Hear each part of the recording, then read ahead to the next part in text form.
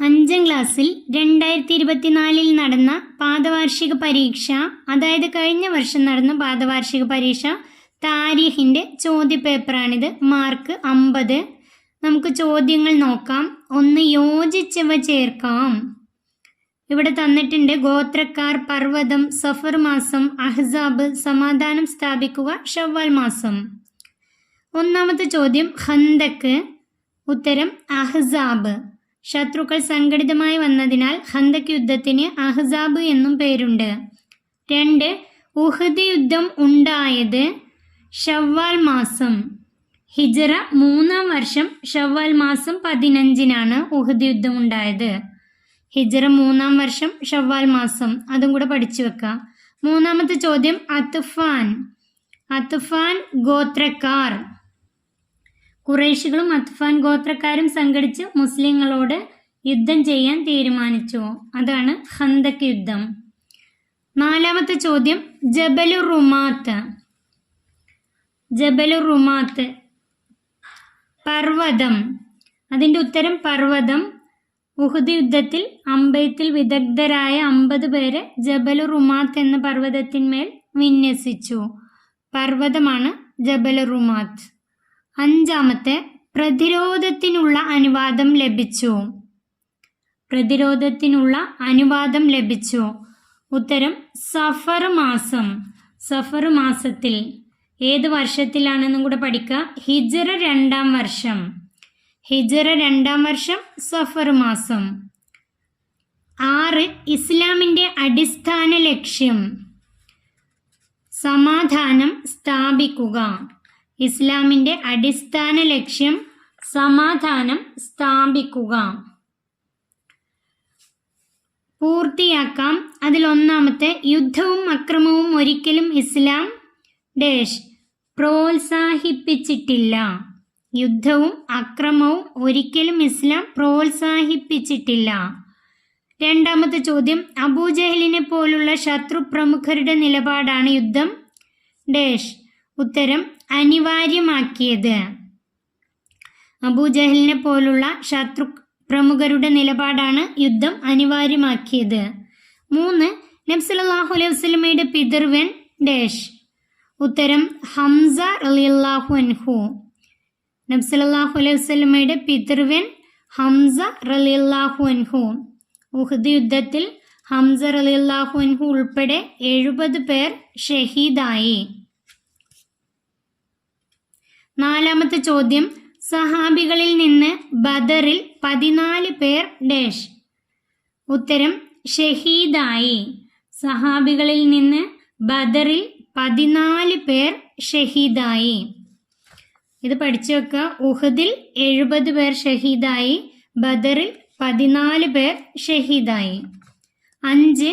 അക്രമമല്ല ആത്മരക്ഷയാണ് ഇസ്ലാമിലെ യുദ്ധങ്ങളുടെ ഉദ്ദേശ്യം.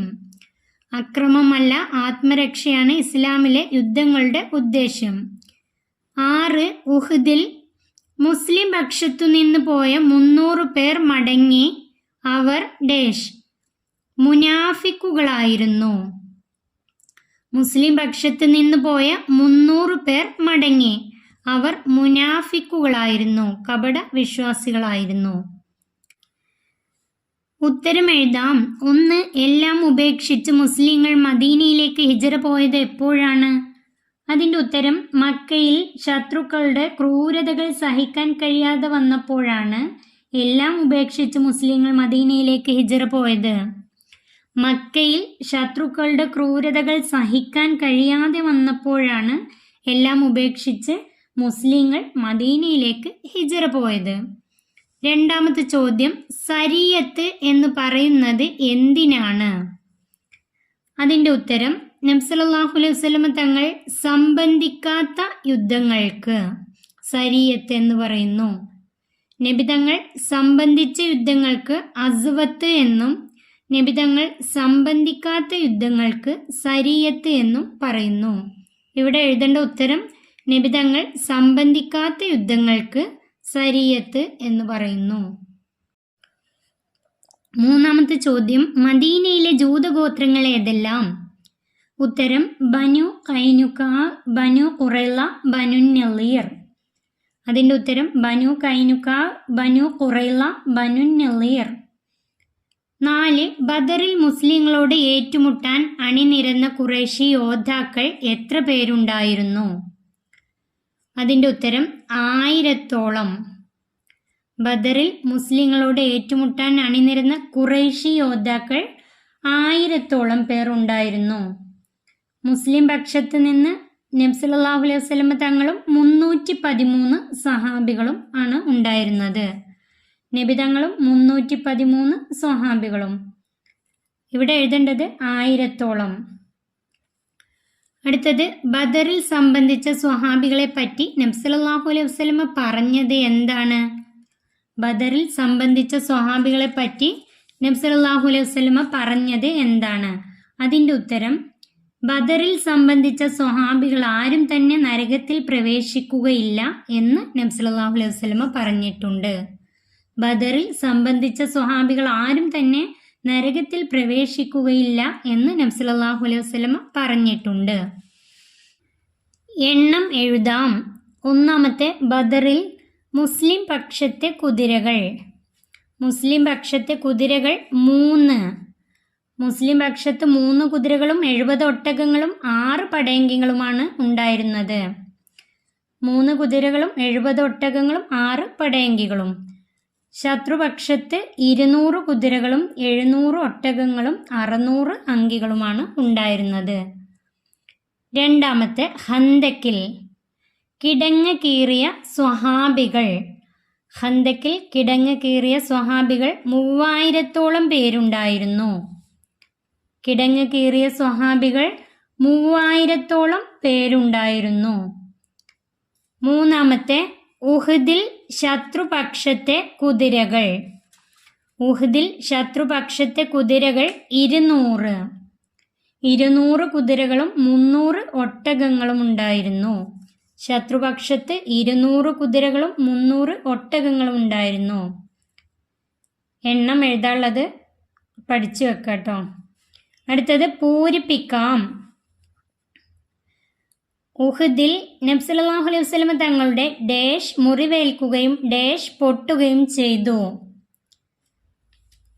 ഉഹദിൽ നബി സല്ലല്ലാഹു അലൈഹി വസല്ലം തങ്ങളുടെ ശിരസിന് മുറിവേൽക്കുകയും മുൻപല്ല് പൊട്ടുകയും ചെയ്തു.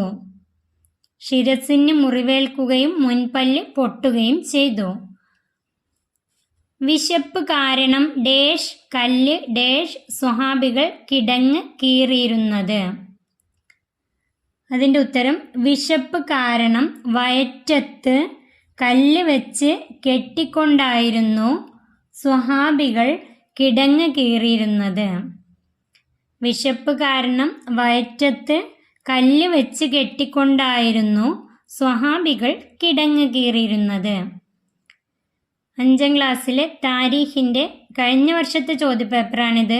ഇതിന് മുന്നത്തെ വർഷത്തെ ചോദ്യപേപ്പറും കൂടി ചാനലിൽ അപ്ലോഡ് ചെയ്തിട്ടുണ്ട്. ആവശ്യമുള്ളവർക്ക് അത് ഉപയോഗിക്കാം. ഈ വീഡിയോ ഇവിടെ അവസാനിക്കുന്നു. 5ാം ക്ലാസ്സിലെ പ്രിയപ്പെട്ട കുട്ടികൾക്ക് വീഡിയോ ഉപകാരപ്പെട്ടാൽ ചാനൽ സബ്സ്ക്രൈബ് ചെയ്യാനും ലൈക്ക് ചെയ്യാനും മറക്കല്ലേ.